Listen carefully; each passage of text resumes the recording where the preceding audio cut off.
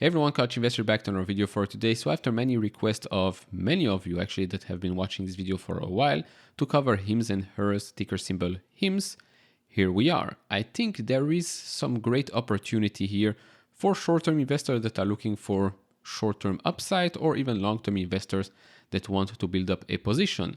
Now they recently reported earnings, so we're going to talk about the main points there. I'll start with the main points for the quarter, guidance, couple of comments that they made during the earnings call, and then we're going to dive a bit deeper later in this video, charts as well at the end. Now, of course, do share your thoughts on HIMS in the comments below. Do you think there's great upside? Do you think the price is fair? Or do you think there is greater risk out there because of huge companies such as Amazon, for example, Amazon Clinics? Does that pose a big risk for the company? Let me know down in the comments below. I'll share my thoughts throughout this video. So first up, a major overview of the company right now, market cap of $1.57 billion.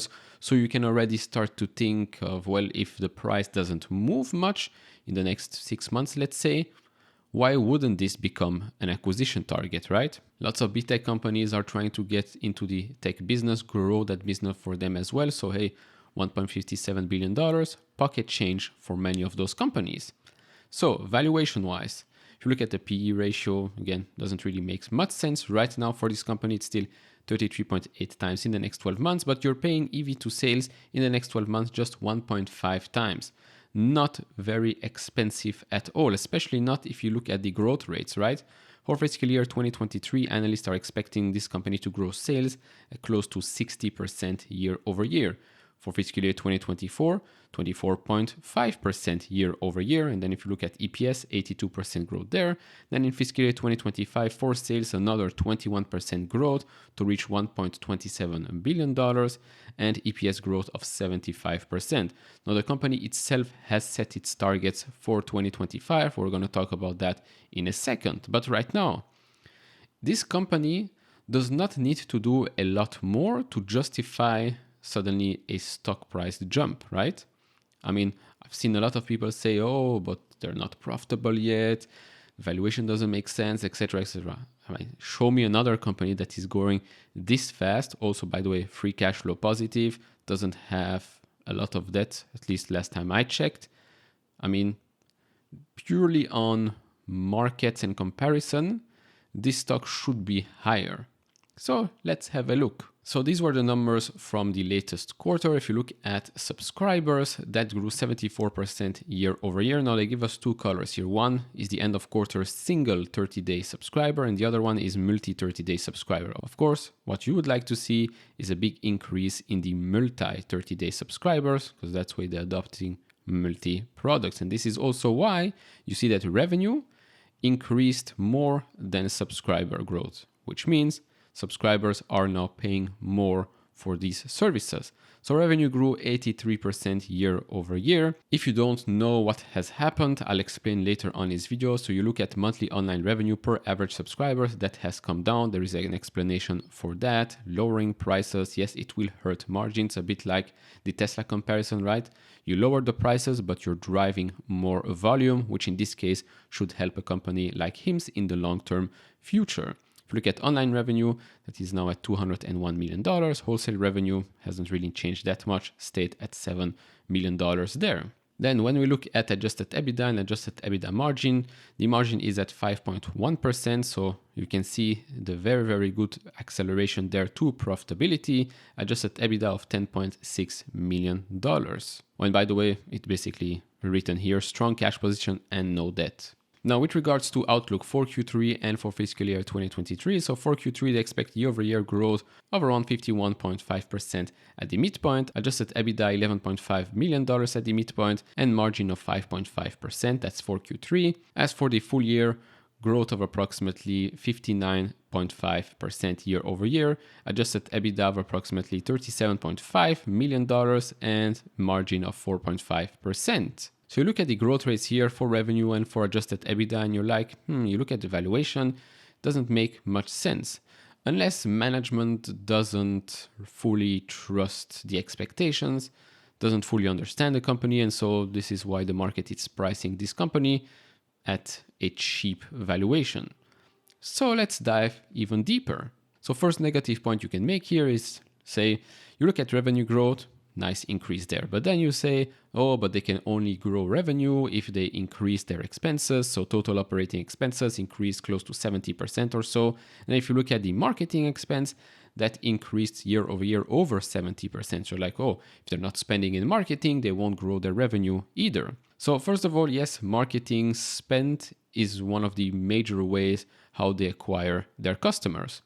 That said, as you've seen before, profitability is getting better and better. So the efficiency of their marketing campaign becomes better and better.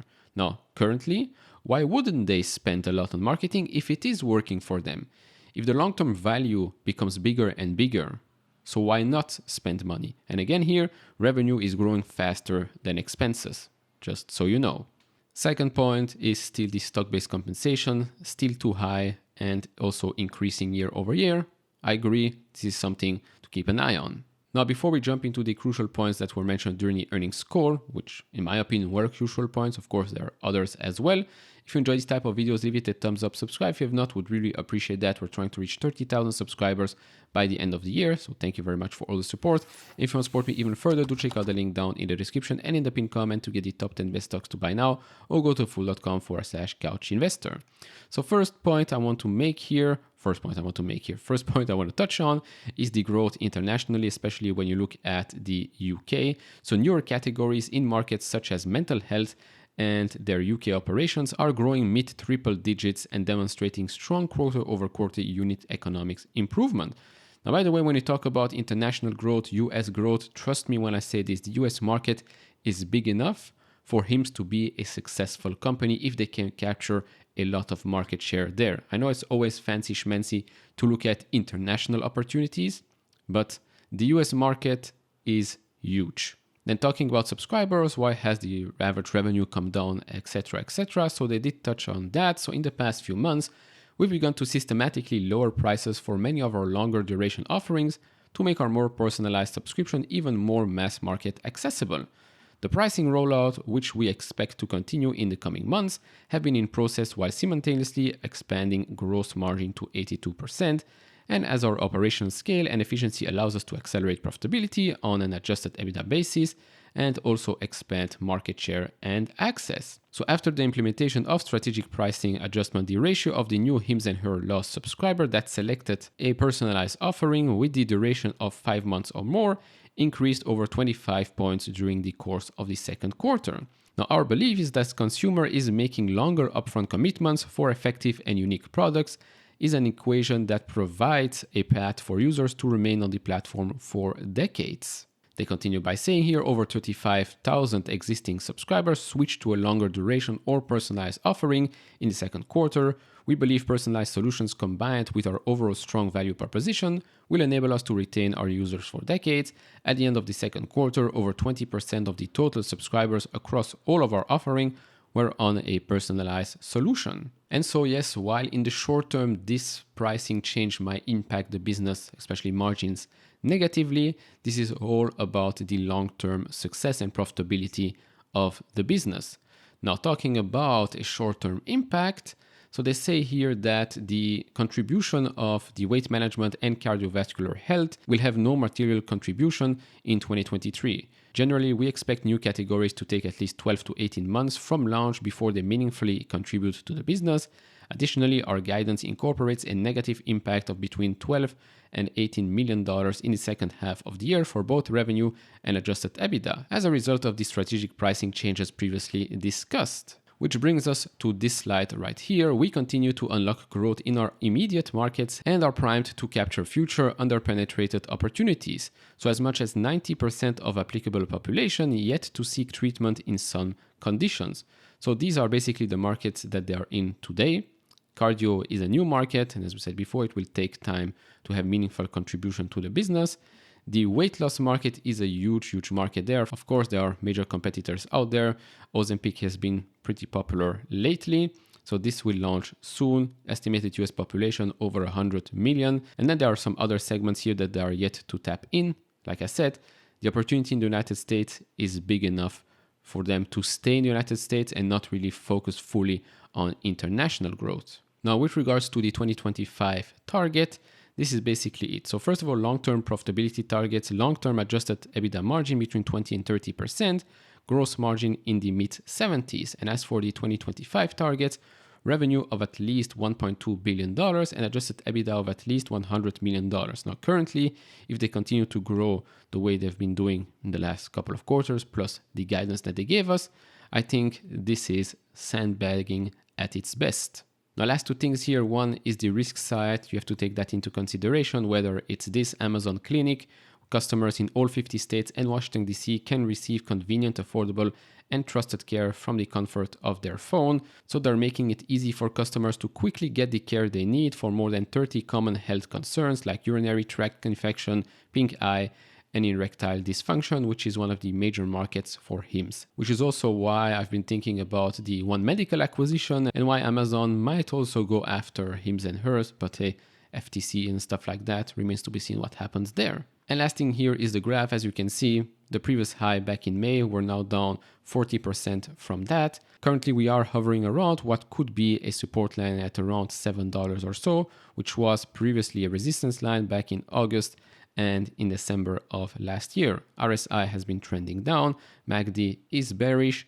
So currently, really the stock is in no man's land, but if you're looking at this from a long-term perspective and maybe a short-term rebound, I mean, starting a position now, buying now might make sense. If you already have a position, depending on your average there, act accordingly. And so to conclude, while the stock might be in no man's land right now, the company itself, their performance, the execution is nowhere near no man's land. It's actually doing quite well. If you compare it to another company in the telehealth industry, Teladoc, for example, management there cannot be compared to management of HIMS. HIMS keeps on executing.